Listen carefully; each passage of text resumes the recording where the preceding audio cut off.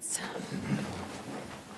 I pledge allegiance to the flag of the United States of America, and to the republic for which it stands, one nation, under God, indivisible, with liberty and justice for all.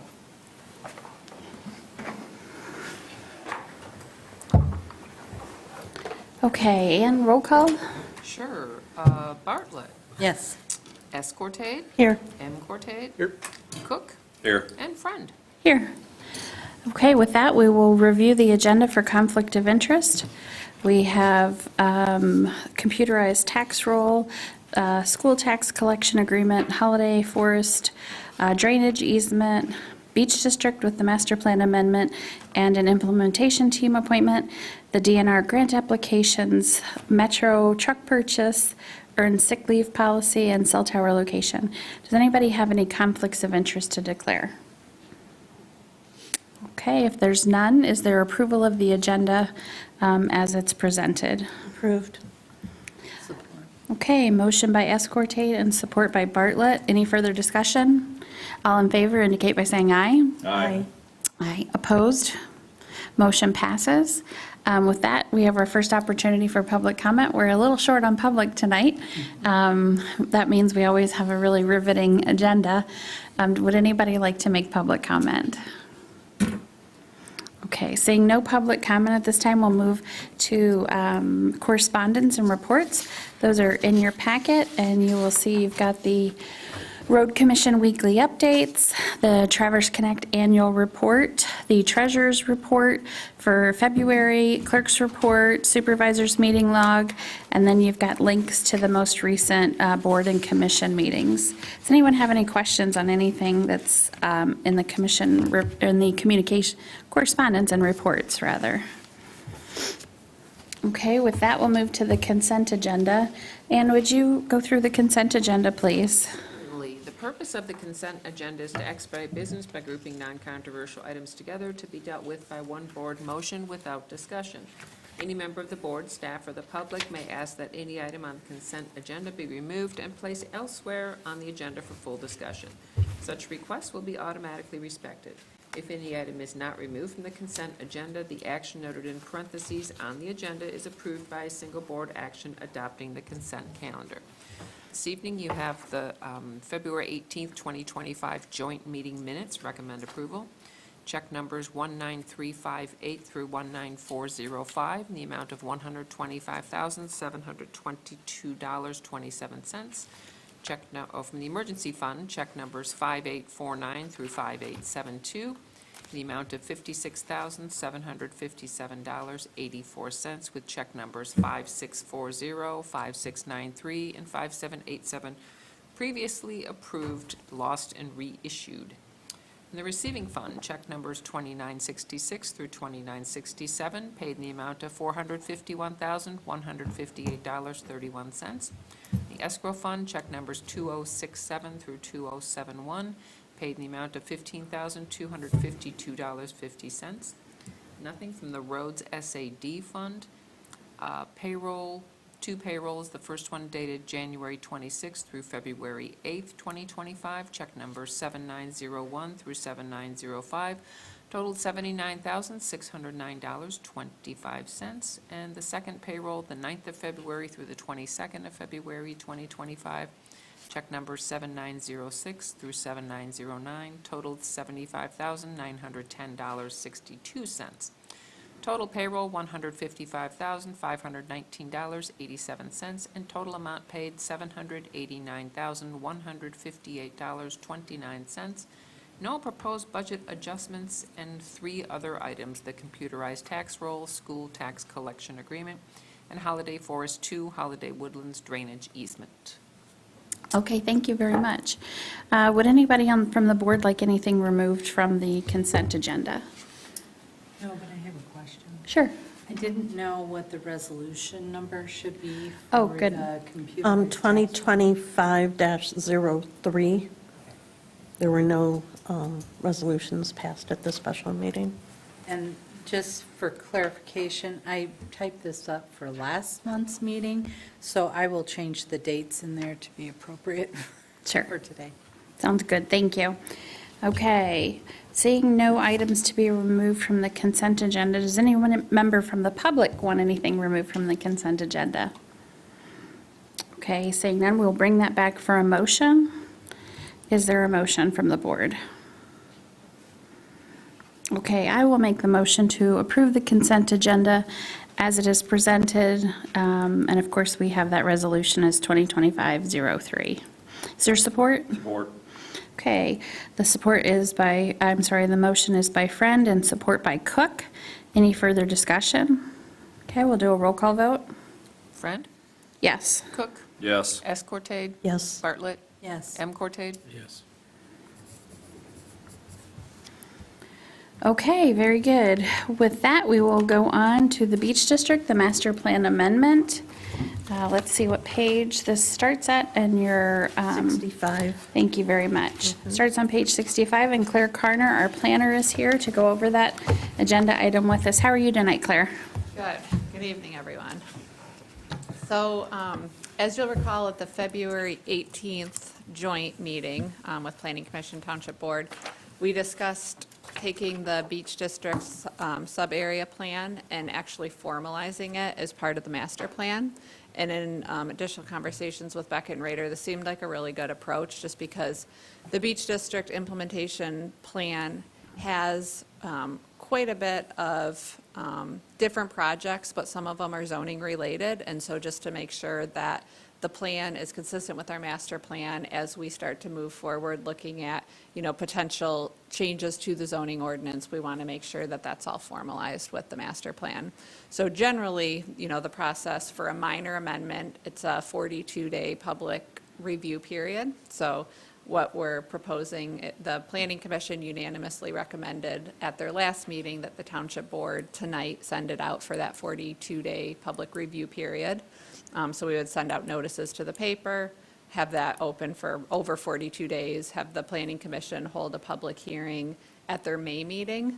But the one thing that we would do differently is that we would also come back to the Township Board and have the Township Board also formally adopt the plan after the Planning Commission, just because it does have, it's beyond just land use and zoning. It's also got, implications for funding and, capital projects and those types of things. So that's kind of the direction we'd like to go. But as opposed to having the Township Board adopt the plan now and then have it go through a public review period, we figured go through the public review period, and then we'll come back to the Township Board in a few months for adoption.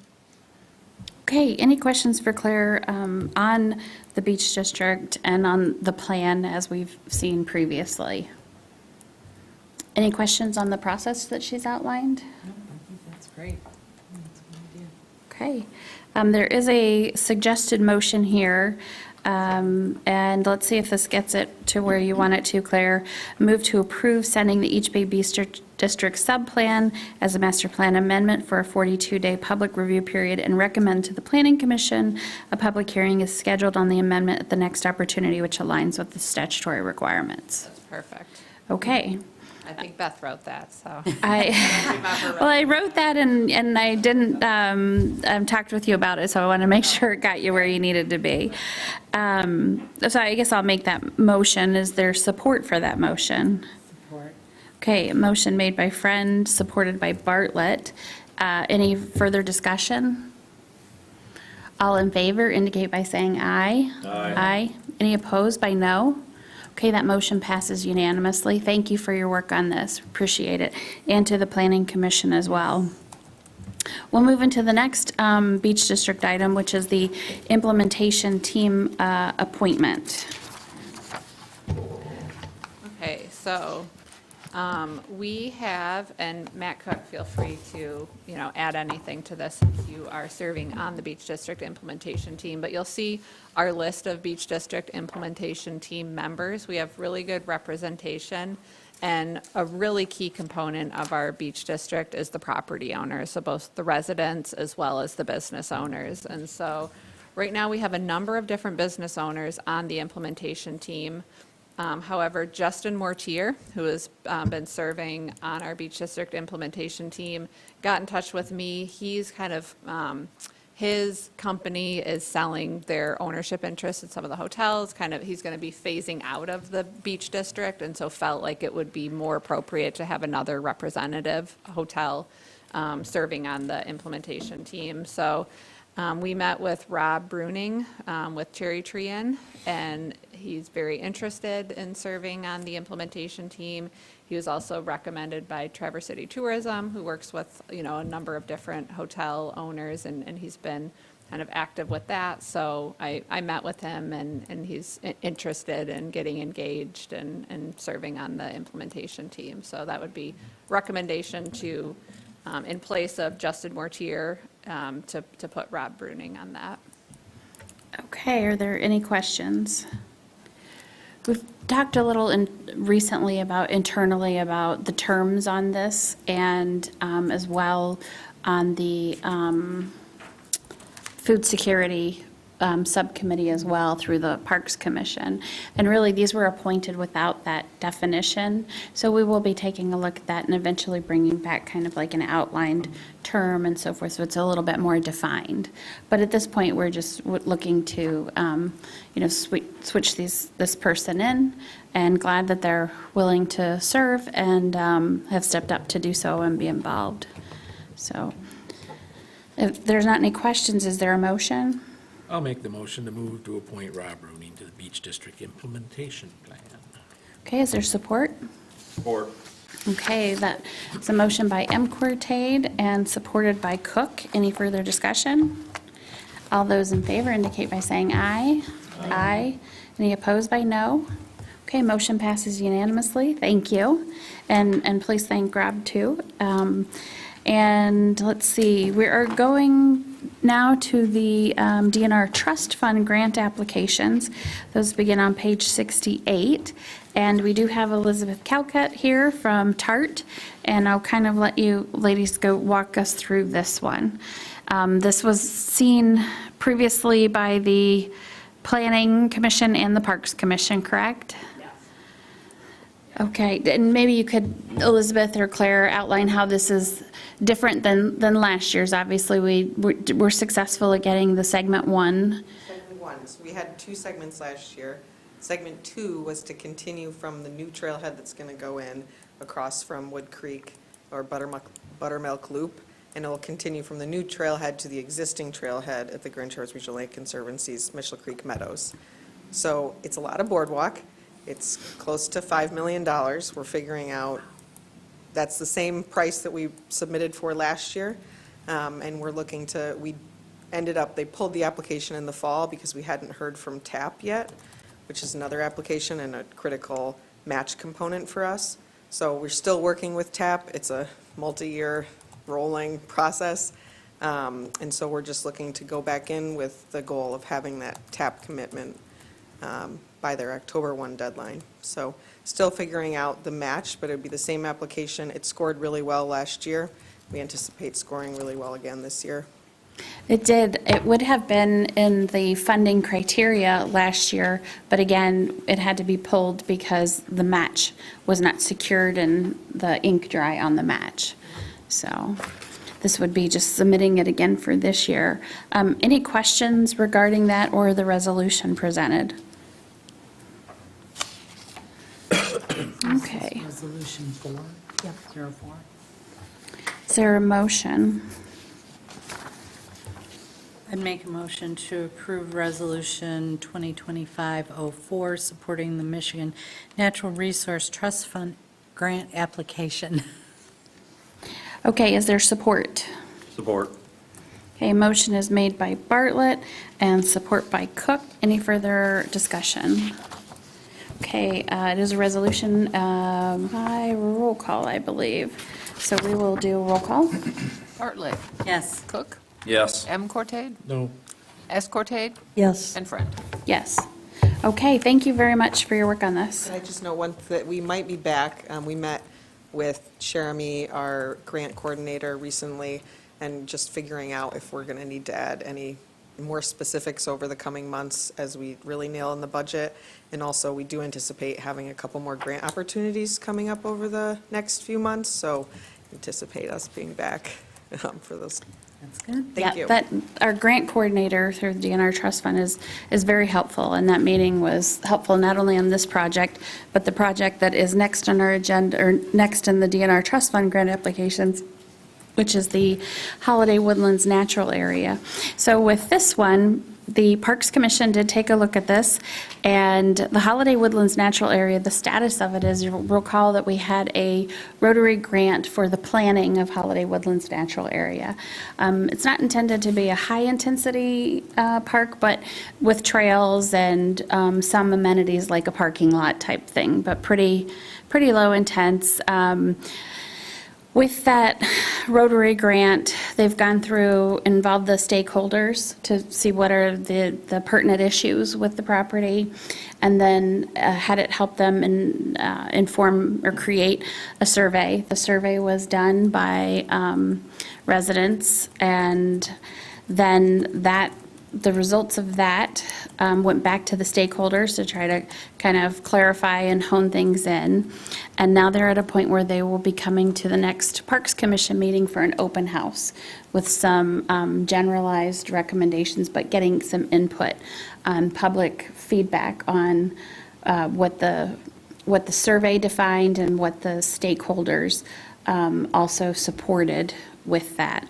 So this is the one thing that is very nice about the DNR Trust Fund grants and just the DNR grants in general is you can be relatively, I wouldn't say you can be vague, but you can be not super specific.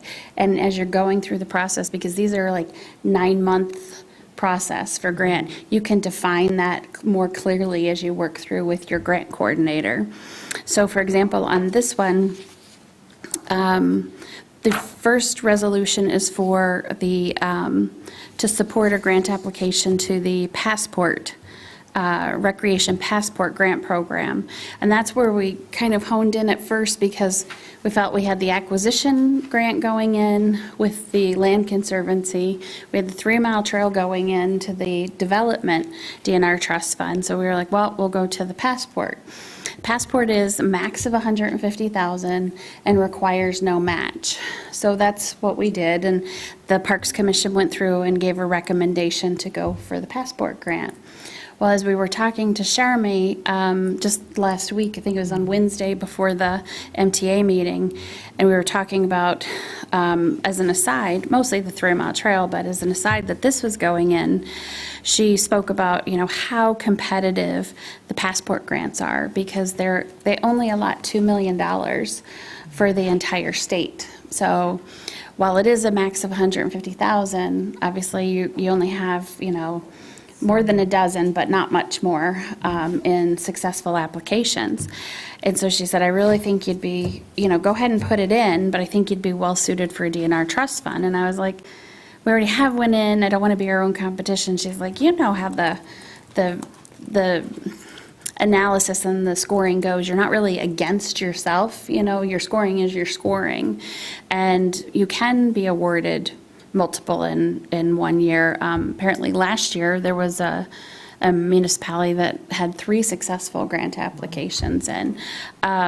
So she encouraged us to consider putting into the DNR Trust Fund grant as well for the Holiday Woodlands Natural Area of the information that comes out of the public engagement at this month before the Planning Commission meeting. Now, the DNR Trust Fund is a $400,000 grant with a 25% match. So what I've done on this one, because I was writing it after the Parks Commission and just trying to get in under their deadline of April 1st, again, you can fine tune this as we go through and we can always bring that back down. I don't believe, Claire and I were trying to talk about this earlier, like what we think this project will be. It's a little hard to define right now. We don't have the exact results from the public engagement part. But once we do have a trail designer who can pretty quickly identify that trail design. And the grants will pay for design engineering. They will not pay for planning, they will pay for design engineering and the improvements. So I put it the 400,000 in there. It would be a $100,000 match, which the township has available to it. And again, as we go through, we can define that. And if it's a $300,000 project, then we bring both of those down. Brings the grant request down, the total cost, and our match down. So that's what we were looking at. When would this be awarded? They're not awarded until December, and then it takes a good, we talked about, it takes a good 6 months for it to go through the legislature and then for the governor to sign it. So for example, the one that was approved in December, we still won't see until later this year. They haven't been signed and funded. And the DNR, appropriately so, has an issue with it because they said they don't know why it goes through the legislature because it's already identified. Right. It's not a thing that they can add to, subtract from, or so forth. So like, why do we go through this process? But be that as it may, they do go through that process. So we wouldn't, any of these we would not see for, Until 2026, yeah. Yeah, because Easily. December of this. middle of the year, Of exactly. 2026. Exactly. So the- And we don't have to have our final numbers honed in for them until, is it September, October? It's a bit, I think it's October 1. yeah. So doing this now with those more generalized numbers, specifically for the DNR trust fund part, allows us to not lose a whole year waiting for the planning. And the document, the resolution has to be submitted by April 1. It does. Even though they don't award it until December. Exactly. Because they don't, she explained it at the luncheon, they pre-score them and they allow you to update things and then go back for final scoring and, Yeah. yeah. I remember that when we tried to do the addition with Killingsworth before the bottom fell out of the market. Yeah. Right. Yeah. And Holiday Woodlands was scored low, and then when we went through and had conversations, the Conservancy and the township had a list of things to provide, and we shot right up until like the top 10% or something. So it's a process. It is like unlike any other grant process I've seen. So many other grant processes, like here's the date, you get the stuff in, then you just wait and see, and you don't really work through it. With this, you really work through with the DNR staff, and they're great to work with. So we can, what I was kind of getting at is we can earmark in our budget for 26. Yeah. The match. Yep, as long as exactly. We wouldn't need it this year. Exactly. We haven't for the grant we got last December, because remember, we've allocated funding to TART, so we haven't had to for that one. Yeah. But so with that, there is a resolution for, on page 72, that is for the Passport Grant Program. And again, this one has been gone through the Parks Commission, and then there is also a resolution, now this is for the DNR Trust Fund portion on page 74. What number did we had a 4, correct? 5 is the passport, 6 is the trust fund. Okay. Are there any other questions on this or clarifications? I've got one. I mean, I think I understand the process here. We're sort of meeting a deadline to kind of get in line, and it sounds like it's an iterative process to update documents and plans. Because what you're saying right now is we're talking about some trails. I mean, that could be, it's kind of vague. I mean, we don't know what It that is. includes. Yeah. And maybe that's intentional, I don't know. I mean, how much of this is going to come back before the board? Because there is, you know, it's $100,000 from East Bay Township is going to invest in this. I guess I'd just kind of be interested as to what we're actually approving to spend the Yeah, money on. so right now, you're not actually approving even to go out for bid or the contractor engineering or any of that. That would all come back before you. As a matter of fact, the grant agreement would come back before you. So let's say we were fortunate enough to put in the application and get awarded in December. you'll still have the grant agreement come back before you, where you're able to say, nope, halt on this. As well, administratively, as we're working through this, as we get to September and October, if we're like, okay, something went awry with the public engagement or with the stakeholder group, and they just can't decide where they want to trail, what trail they want, how much it'll be, we can pull this back too from the DNR at that time and just say, similar to the match wasn't available for segment 2 last time, so we can still do that as well. There is no black eye with the DNR in doing that. They understand that. They see all the time grants that are actually funded that then don't get utilized, or they even have acquisitions that then go through what they call a conversion process sometimes. So they've seen a lot of different things. But yes, you'll have several opportunities to say, okay, this is what the public envisioned. This is what the trail will be. We're going to design engineer it. And then, okay, this is the design engineering. We're going to put that out for bid, that sort of thing. I will tell you, when they came back from I did not sit in on the stakeholder meetings, but when they came back from the survey on the Holiday Woodlands Natural Area, Beckett and Rader, who's doing that visioning process, had like 3 different types of trail routes. They were all like single individual ones.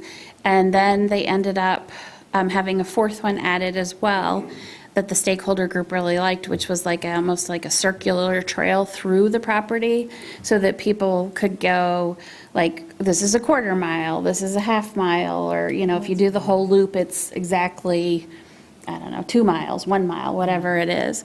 And they really liked that. So my guess is what you'll see at the public engagement, at the open house, is maybe like a circular loop trail that kind of goes around the perimeter of the property there, probably a parking lot,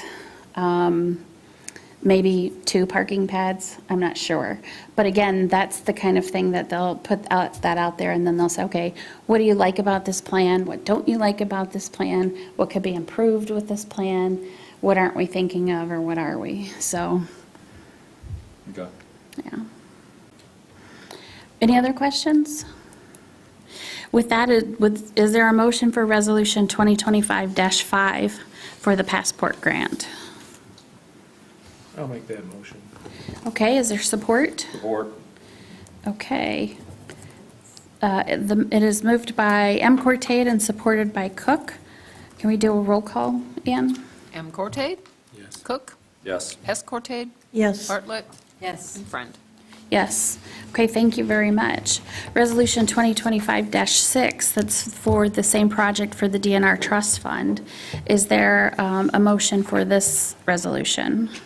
I'll make that motion. Okay, is there support? Support.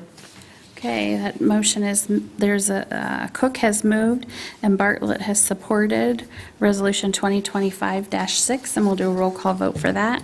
Cook? Yes. Bartlett? Yes. S. Cortate? Yes. M. Cortate? Yes. And Friend. Yes, thank you very much for that, especially that last part, which, you know, it is probably a little bit looser in the timing than and closer in the timing than we usually do. So we're going to try this at the suggestion of the grant coordinator, and we'll see how it works out. All right, with that, we will move on to our next agenda item. Thank you, Elizabeth. Yes, thank you. Elizabeth, by the way, if you haven't noticed, is due in April.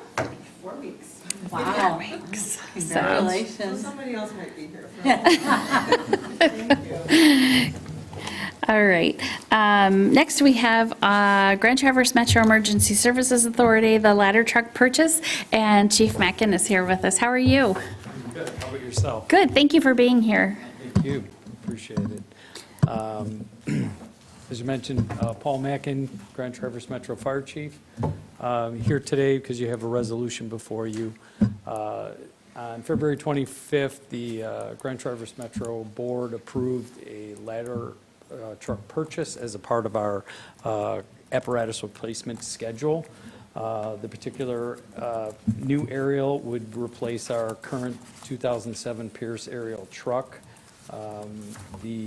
Just a little more detail on it, the purchase price is $1,637,257. That pricing was a Sourcewell contract price, which is a cooperative purchasing price, so it's kind of pre-bid contract, so that we went through that just to be in line with our purchasing policies.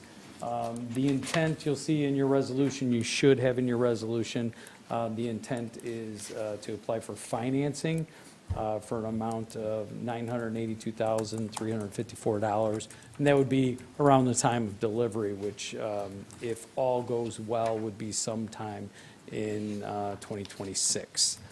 And that's if all goes well.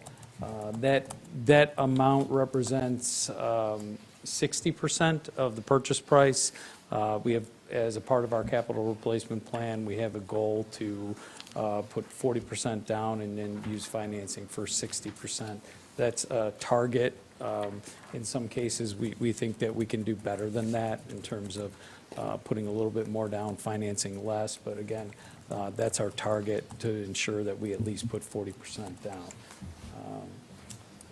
As I mentioned, that's part of our capital replacement schedule. We do probably have in your packet some of that information. You have the 5-year projections that does show those debt payments and how that essentially affects our outstanding debt from year to year. And again, this is something that's been planned for. We do have money in the fund currently, and we do have intent to continue to fund that public improvement fund so that we have adequate funding to put money down and then pay for the financing through our normal operational budget. Great. Chief Mackin, would you just fill them in a little bit on some of the equipment sales that you've had that have helped with this funding? Sure, absolutely. As part of our capital or apparatus replacement schedule, we just took an overall look at our entire fleet with consideration of the increased cost of replacing apparatus, cost and lead time to replace apparatus. We looked at it and said, we had a pretty robust fleet, and we had enough to have a variety of different pieces of equipment at each station. We looked at our operations, and we figured out what's the right number of engines to have, aerial truck, rescue, squads, and tankers. So we were able to kind of reduce the overall fleet down, get rid of some of our older pieces of apparatus. We were able to sell some that was declared surplus. We were able to sell that, and we were able to get over $550,000 to put into public improvement to use for down payments for these rigs over the next few years. So as a part of our schedule, just what's in here is in the next 5 years, it's our plan to purchase, in terms of fire apparatus, it is a ladder truck, a pumper, and a tanker that we plan to replace over a 5-year period of time. Thank you. Does anyone have any questions for Chief Mackin?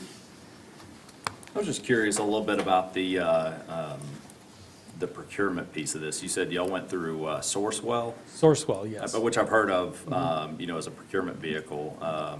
Is that kind of understanding how it's set up? Do you consider that is the best route or the most competitive versus trying to go out and kind of shop this thing?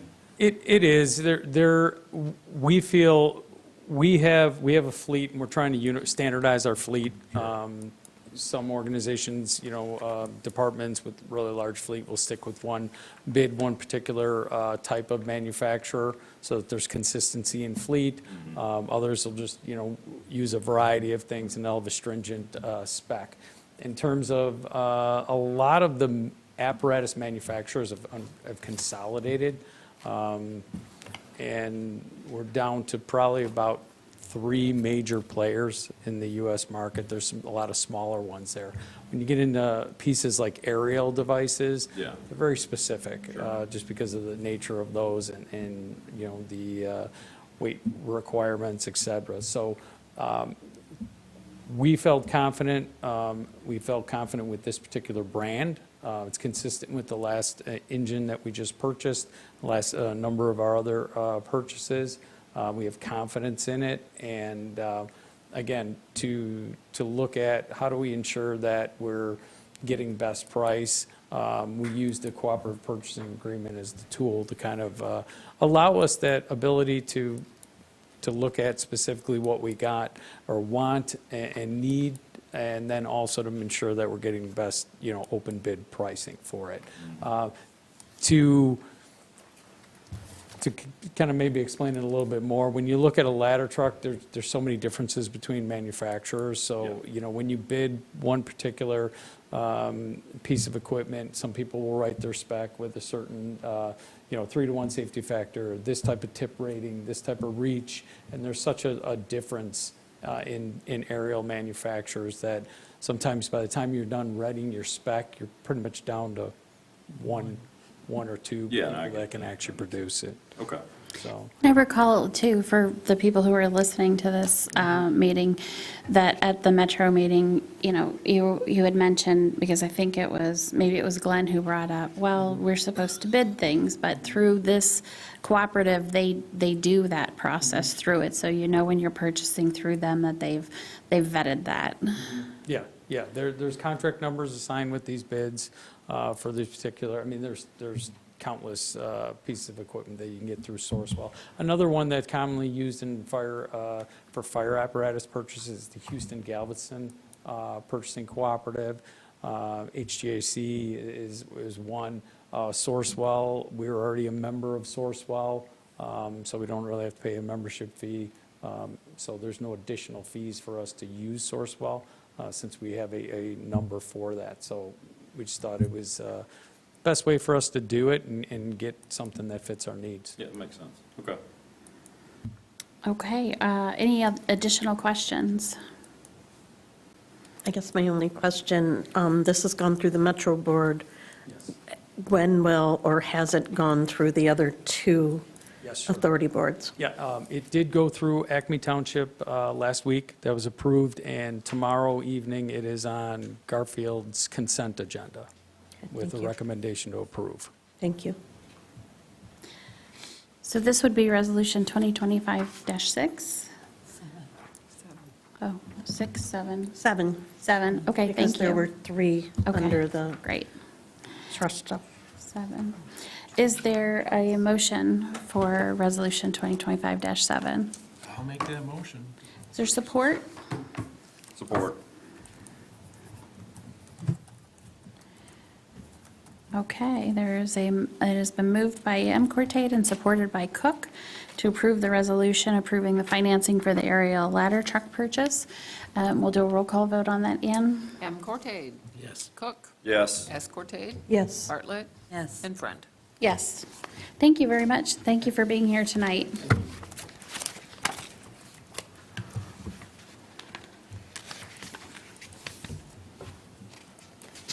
Okay, with that, we will go on to the Earned Sick Leave Act.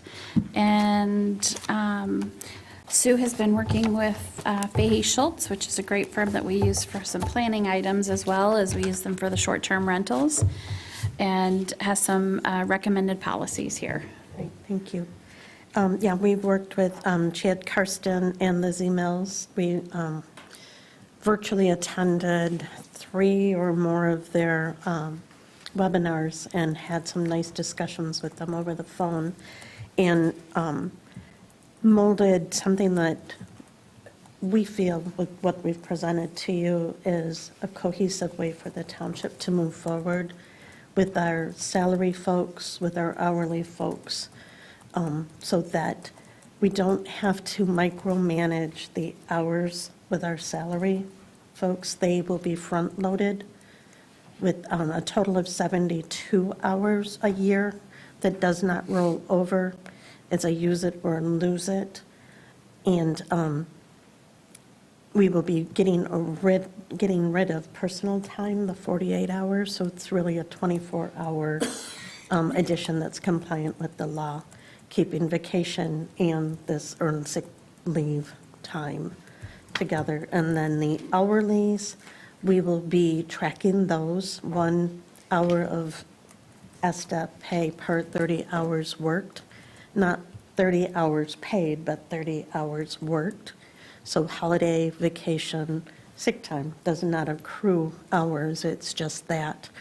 And with LEO, which is the state of Michigan's enforcement division of this act, they still feel that appointed officials that are our deputy clerk, deputy treasurer fall under this, although they don't seem to fall under anything else. But because they do things more than just come in and stand in our shoes when we're not here, we do have to track their salary, so they will be also receiving that 72 hours of paid sick leave time. And it's not an additional wage, it just is a guarantee for them that if they ask for time off, they're not punished, is basically what Chad had said, because they can't take the sick leave in addition to their salary amount stays the same. Does that make sense, Tracy? I see you're trying to figure that out. And if, the biggest thing is if someone was to ever report it, that they were not allowed that time, that's why it has to be, until that the state So then changes how do it. they use it? They talk to you about taking time off, just like we always do. Holly talks to me, I approve it, they'll have to do the form, just so that it can be So then it tracked. their pay comes out of a different bucket? It will be an ESTA, it'll just be like right now, we've included holiday pay, and so it just reduces the salary like other salary employees, and it's paid out of their same GL number, so it doesn't affect the salary at all. It just shows that it was holiday pay, not salary pay. So this would, we've got to play by the rules because Yep. of the enforcement division. Yeah, I know. You know, and it is an act that initially was citizen-driven in 2018. It did not get to a ballot. It was pulled back, and the legislative partners said they were going to create it different, and at the 11th hour, they did change it somewhat, so it's a little less restrictive. It allows us to front-load it. But it's still, ultimately for full-time people, it does allow them an additional 24 hours if needed, above and beyond the 48 that we've already done. And it does include part-time now, where they can, an hour for every 30. The nicest thing is we don't have to hold all of that information for 6 months. If they sever employment or don't work, after 2 months, it can go to 0. If they come back 2 months, 1 day, they start back over at minute 1. But if they come back in 6 weeks, then whatever time they had accumulated, they are allowed to use within that year. So it helps with the election workers. Yeah. Yeah. And so election workers, I don't believe that they're not excluded, either are paid I know. paid firefighters, part-paid, or on-call firefighters are included in this, which is also really hard Yeah. for people to wrap their heads around, because they only work when they go on call. They don't have scheduled hours, but they can only take sick time when they're scheduled hours. And, you know, my question was, okay, so I've got an election worker that has to go and open a precinct, and they're going to call and say, I'm going to take 3 hours of sick leave now, I'm not coming in to open up the precinct, or I'm not going to attend that fire. It doesn't happen that way. So there may still be modifications down the road, but this is what the state is saying they are enforcing, because it's not excluded. I understood there won't be any changes until the next lame duck. Is what I. Likely, yeah. Now, this is what we get to work with. So all of our employees, whether they are covered under it or not, have been provided the poster, the ACT poster. I have ready, once this board chooses to pass this or change it, whatever, I'm ready to go out as policy changes to go to everyone. There's a letter in there, a form based on election, or unemployment law, that if they over exceed the hours taken off as sick hours when they do sever employment. There's that form that they sign at the adoption of this policy that says they understand that they may be, that money may come out of their final paycheck as long as it doesn't affect their minimum wage an hour, or then they would have to pay with a check or make arrangements. The biggest thing that Chad and I and Holly, when we were working on this, and you'll see it on page 108, under section PPO time 3, if the need for time off is not protected by the Earned Sick Time Act, the employee must provide notice at least however many days in advance. And that is something I hope that the board could say how many days they're comfortable with. I mean, to me, it's like What does whatever, that mean? you have to fill in the blank. Yeah, but if they need time off not protected by the, so what kind of time off? So personal Like- time off. It was a little bit comical. Go ahead. Lizzie Mills gave a presentation at the Capitol Conference, and this policy pretty much follows exactly what she presented on.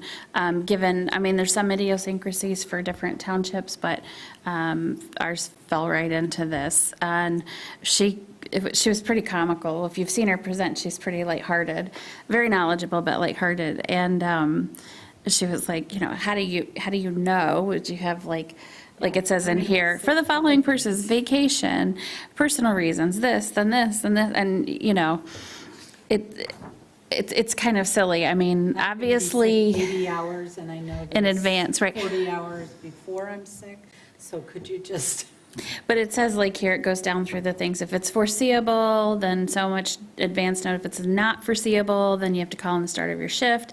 If it's not protected by the Earned Sick Time Act, must give so many days in advance. And then if they don't call in at all, they can miss 3 consecutive shifts, and then they can have, you know, something happen. And 3 consecutive shifts is their time scheduled, not like 3 days in a row. Like if they're a Monday, Wednesday, Friday worker, then it's that Monday, Wednesday, Friday. Right. It's, So I guess it needs, the blank should be filled in by this group. The one question I've got about all that you're talking about with these, the parameters that are set forth here, it mentions must call in. Shouldn't there be a requirement to document your requested time off that you called in? If there's no document, if there's no paper trail that somebody actually contacted their manager that they weren't coming in, that they were sick, that they had personal issues, and it was left to a call-in, doesn't that kind of leave it, you know? And you know, if it's coming down to timeframes and, you know, prior notice, you know, is there a concern that there's not a documentation process in place for it? I don't know, do you want to handle that one? I mean, I would think, you know, definitely we're going to document that. I mean, we're going to document it first when they return, they'll be filling out the, Request for leave, which is Yes. on your desk. so typically this request for leave is used in advance.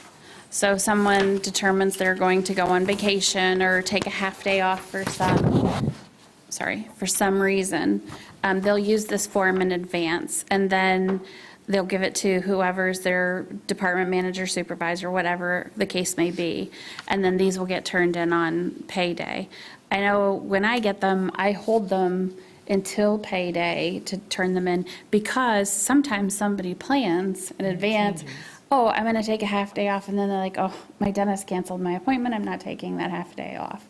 So I hold it to make sure that it actually happens, and then review them with the employees, and then turn them in. So when they come back, or when they call in, this would be what would get filled out, and then later ask for their signature.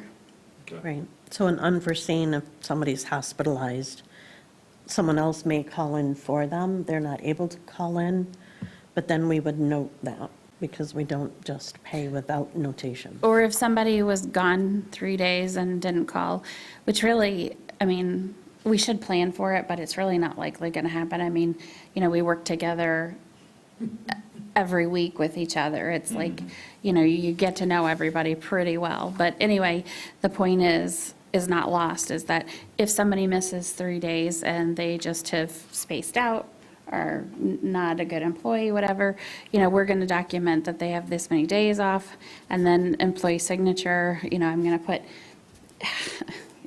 didn't show up for work.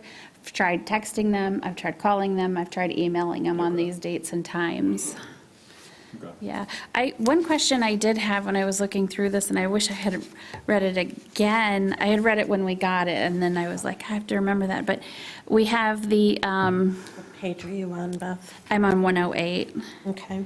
The salaried exempt are not carrying over the unused PTO from year to year. Right. And not paid at the end of the year upon separation from employment. And I have no problem with that, except I'm wondering, when we have the hourly non-exempt, and this I believe is by the act, that it says they may not carry over more than 72 hours from year to year. And I think it was the act that says they have to be able to carry 72 hours. Right.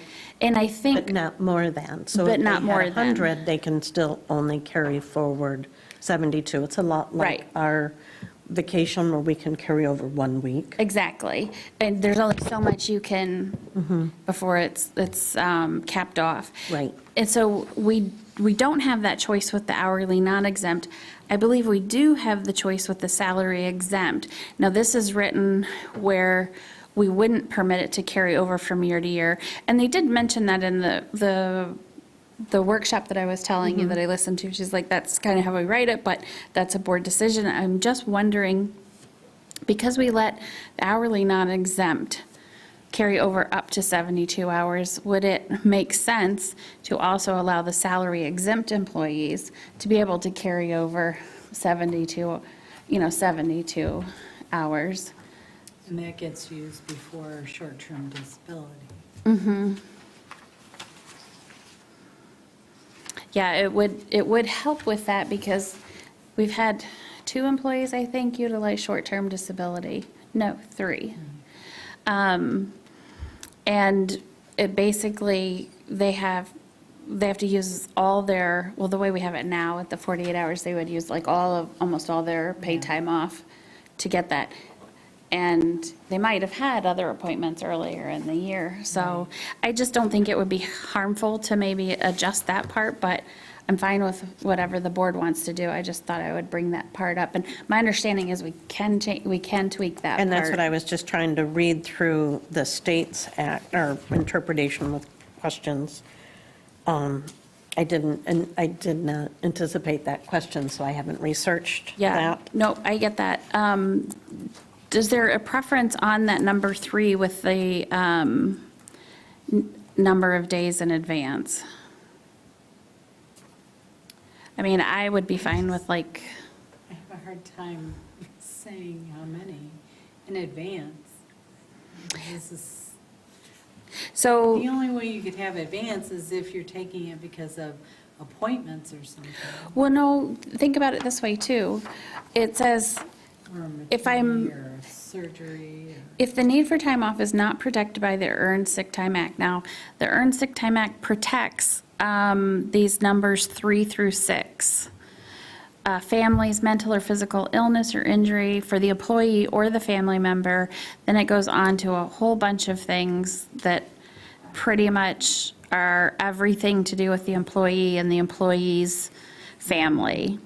And you can even kind of hear some verbiage of COVID down there, and I think it's number 6, But anyway, those are the ones that are protected by the Earned Sick Time Act, but yet, notice it says the PPTO could be used for the following purposes, and 1 and 2 is vacation or personal reasons.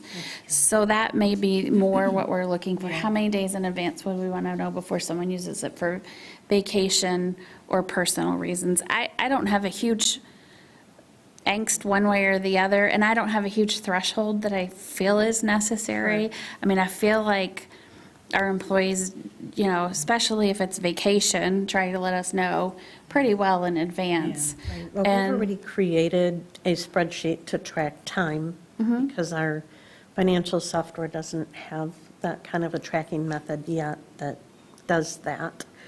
The biggest benefit for the use it or lose it is the tracking.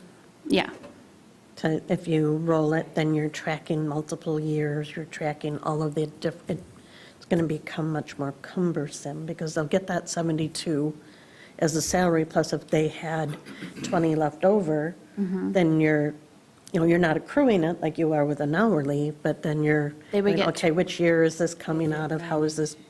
well, they would get they would get 20 right up off the bat. They get the 20, but well- as a salary, they're also getting the 72. They're not accruing it. So day Right. one, they'd have 92. So that would actually be easier. The tougher part is what the state's making you do. The best part would be is if it didn't roll over from year to year, if it stopped and started over again. So to me, like when they're earning that PTO and rolling it over, which we have to do for the part-times. hourly non-exempt, then you're going to have to keep track of, okay, where are we at with what they've earned plus what was brought over? Yep. And you have to do that no matter what. Right. With the salary exempt, it's whatever's left, roll it in, they get it front-loaded with the other. And it doesn't matter what year it's coming from. Yeah, because they're not paid So- for it when Right. when they go out. Yeah, it's just use it or lose it. And if they've used too much of it, Then they have to pay. then they'd have to, well, no, because they don't accrue. And they wouldn't be able to use more than that. They'd But they even can't take take it when they vacation. leave. It would be, right, so it shouldn't be bad for the salary exempt. See what I'm saying? Whatever this board wants to do. I mean, I'm thankful that Chad wrote it, Lizzie wrote it, so that it's got that legal ease in it, but Yeah. I'm just curious, semantics here. Why is the basis of, I know the basis of the policy is to fall in line with the new law that's called the Paid the Earned Sick Sick Leave Time Act. Act, which there's a misspelling in bullet number 1, Okay, good to know. Act, ACT. Oh, yeah, right. And, but then why do we call it PPTO? What's the reason in? to not just call it Personal earned sick time? paid time off. Because it's now ESTA. That's what with the new law made it. So by the definition they do it in by the law, definition in the law? They called it PPTO. It's part of, yeah, it's part of the, it's interchangeable. We have it listed Okay. in our payroll system, we put it in as ESTA leave. But,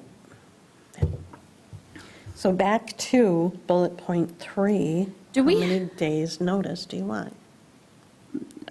I don't think, do we have a day's notice and regular vacation too? I don't think that we do. We just have the restriction that they can't take the day before, or the day after a holiday that way, but we never Is it we never really do in it. That's- there? Because I fought that really, We don't follow it. yeah.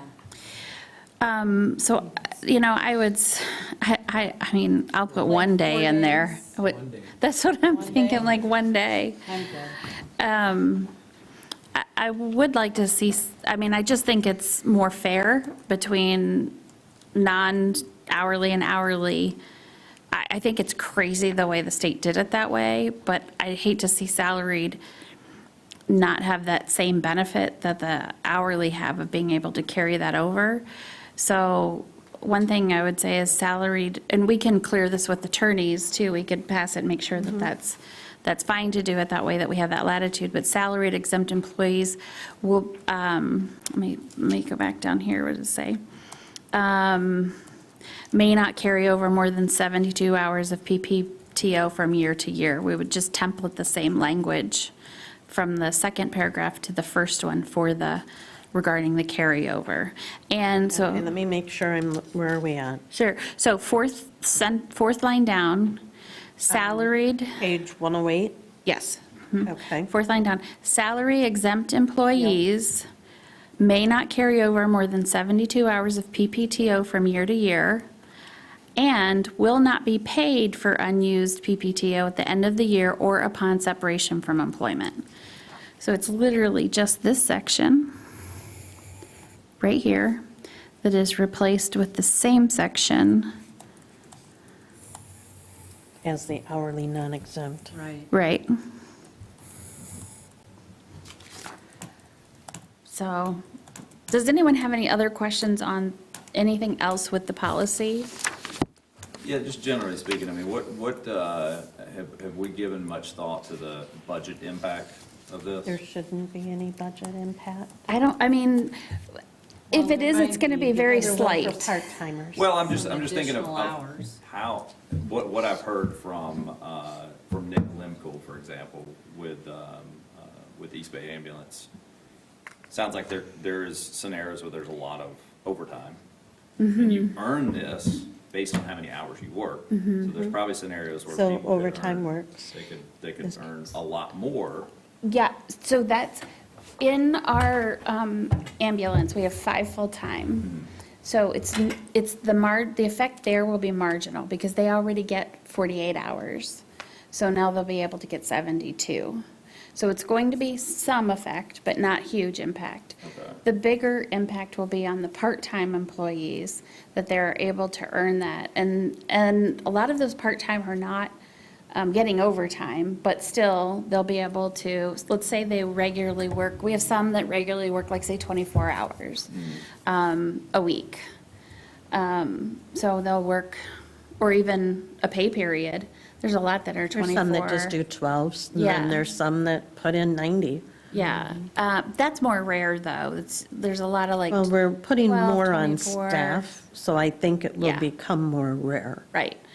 But I was thinking the one we put in today, I think there were 2 employees that were 24 hours over 2 weeks. So they would earn not quite an hour of time for that, but Well, at if they, some if point. they work 24 hours, then it would start to accrue, but it'd be under an hour Yeah, not quite an until they hour. make Yeah, I'm just looking over at this 30. from a, an enterprise level at, East Bay Township, even if you're talking about incremental here in terms of hours, I mean, that's a lot of additional salary costs potentially. Well, It's only going to be additional. I'm not saying we from don't do it. 48 to No, we don't have a 70. Well, we choice. have I to. understand that. I'm just questioning, have we accounted for the cost? Well, and I put to be determined that we will continue to watch it and bring budget adjustments as needed. But you don't know what you don't know, but it Right. is the cost of doing business No, under the law. I get that. I just was kind of curious if we had any idea of what it was going to cost. I'm just thinking about the rollover, and it says you can use this for vacation, so you've got a potential for a rollover of 72 hours from the previous year, and if you work a lot of overtime, say you earn, 100 hours, and you want to stack both of those back to back Yeah. within Well, a year. It's a maximum of 72.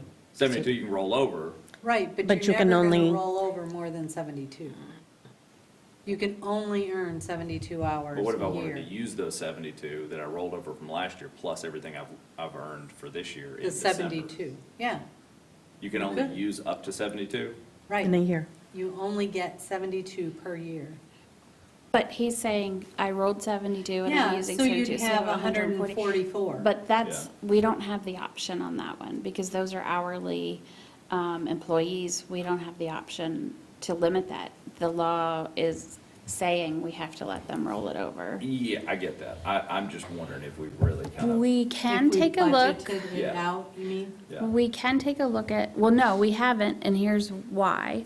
One, they were changing this right up until they've been Maybe 11th changing hour. it. Yeah. I mean, I've been hearing, even until the last time that they changed it The last time. is a little bit, you almost start to tune it out, because you're like, just tell me when you're completely Right. done, people.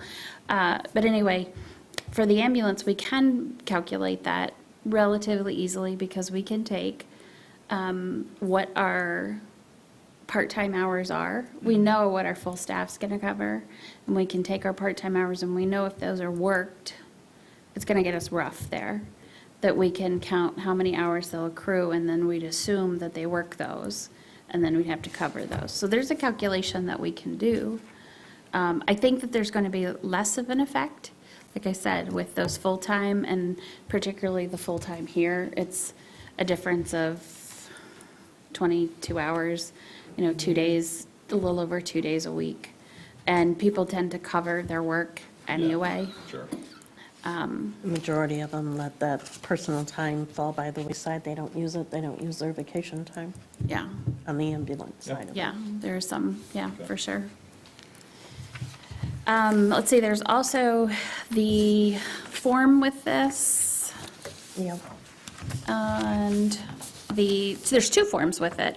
The paycheck deduction authorization. And then there's a revised at your desk, different than what was emailed you this afternoon, that just is a different way of looking at the employee leave form. It was sitting on your desk along with the cover letter update. And this is already in place. We have been tracking hours for everyone already. We had to from the 21st. We just need to know if the salary are front-loading or if they're going to stay accruing. Is it from January 21st or February No, 21st? February February 21. 21st, okay. Yeah. And right now, they have personal time, which would then roll into an ESTA instead. So that would be 72 hours total minus whatever time they may have used from January 1 to February 20th. Well, I guess I'll move to approve the proposed Earned Sick Leave Act policy required by the ESTA Act with the 1 day of notice in 10.3, item 3, and for the salary exempt employees to remove the not entitled to be carried over and use PTO the year to year to may not carry over more than 72 hours of PTO from year to year, subject to the attorney review.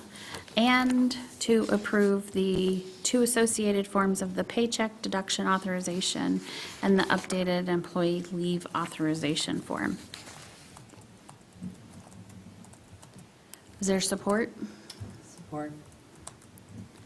Okay, any other questions? Okay, moved by Friend, supported by Bartlett. All in favor indicate by saying aye. Aye. Opposed by no. Okay, motion passes. Well, thank you for the work on that, appreciate it. Yes, thank you, because it's been a mess. It's not just a mess at this level. They're all scrambling to try to find out lawfully how to enact. Undo it? In a lot of industries, too. Oh, yeah. Oh, yeah. There were as many as 450 people on these Oh, yeah. calls. And a lot of them were talking about over-the-road truckers and different Yep. things that way. And, I mean, it's not a one-size-fits-all by No. any means. I was someplace the other day, and I can't remember where it was, but they said, I never thought about that act hitting township or government, local government employees. It's like, yeah, Yeah, the only ones that are exempt are federal employees and railroad employees. Strange, but. okay. We'll move on to cell tower location. And this is really, as it says, just for discussion purposes. This is someone who had contacted the township and inquired on, they are not one of the majors. They are a cell tower company that then leases to the majors, was interested in a location at the township. I tried to, at first I told them, hey, we've got some other locations for you. We've got the water tower on Hammond Road and so forth. That didn't fit their criteria. And then we talked a little bit about the type of pole that they would put in, and could it be what they call like a stealth pole? You've seen them as trees, you've seen them as flag poles, those types of things. But because they would be because they would have 3 carriers on it, it doesn't quite fit. So at that point, I put them in touch with Max. Max talked with them. As it says, they need about 5,000 square feet. They're proposing a lease which would be 40 to 50 years. That's just a proposal. We can take back anything or nothing. And then I did ask them to take a look at a location just south of us that's on the additional property that we own, that's not 1965, it's 18. So the Iron Tree, or Iron. Yep, yep. So they identified those two sites. And so at this point, before I burn a lot of time, more of my time or any of Max's time, I wanted to see what the township board's thoughts were on this. Nope, What's that? nope. Okay, I'm not interested in having them at the Township Hall. okay, Yeah, I would agree with that. Yeah. It's a lot of space, especially on a kind of Totally. limited Yeah. site already for a long time. yeah. That's how I felt, but I felt a little heavy-handed just to say, nope, we're not interested at this township This hall. gives you I, feedback that it's. yeah, I felt, now, just so we do know, and they can go, obviously cell towers are covered under our zoning ordinance. And of course, what they said, what are they going to say? Okay, I'll be talking with other property owners. I'm like, well, then you will. But like I said, I didn't want a tower to go up 2 properties away and then for the board to hear, oh, well, we had the opportunity to have that and collect the revenue on that. And as you know, Max has, with Glenn, had contracted some pretty decent revenues for those towers, so. If they were interested in co-locating what we already have existing. Yeah. That's one story, but When I did have someone a few years ago, I thought they were really after us pretty significantly about the Hammond Tower, and then they were just gone. But that, you talk to Max, and you definitely get this when you're dealing with these people, whether it's you're dealing with AT&T or Sprint or the subs that they hire. Literally on a different project, I had a subcontractor contact me for a document, and I said, that's with the actual company. We're waiting for it to get back from the actual company. And she's like, oh, I had no idea. They don't talk to each other, and they change personnel as quick as you can imagine. So it's a little challenging to work with them. But that is absolutely fine. I'll take back that feedback. And with that, I do believe that we are out of agenda items. We are time for second public comment. If there's anyone in the public who would like to make public comment, please make your way up and feel free to address the board. Okay, with that, our next upcoming meeting is April 14th, 2025, and if there's no objection, then we stand adjourned. Thank you, everybody. Thank you. Thank you.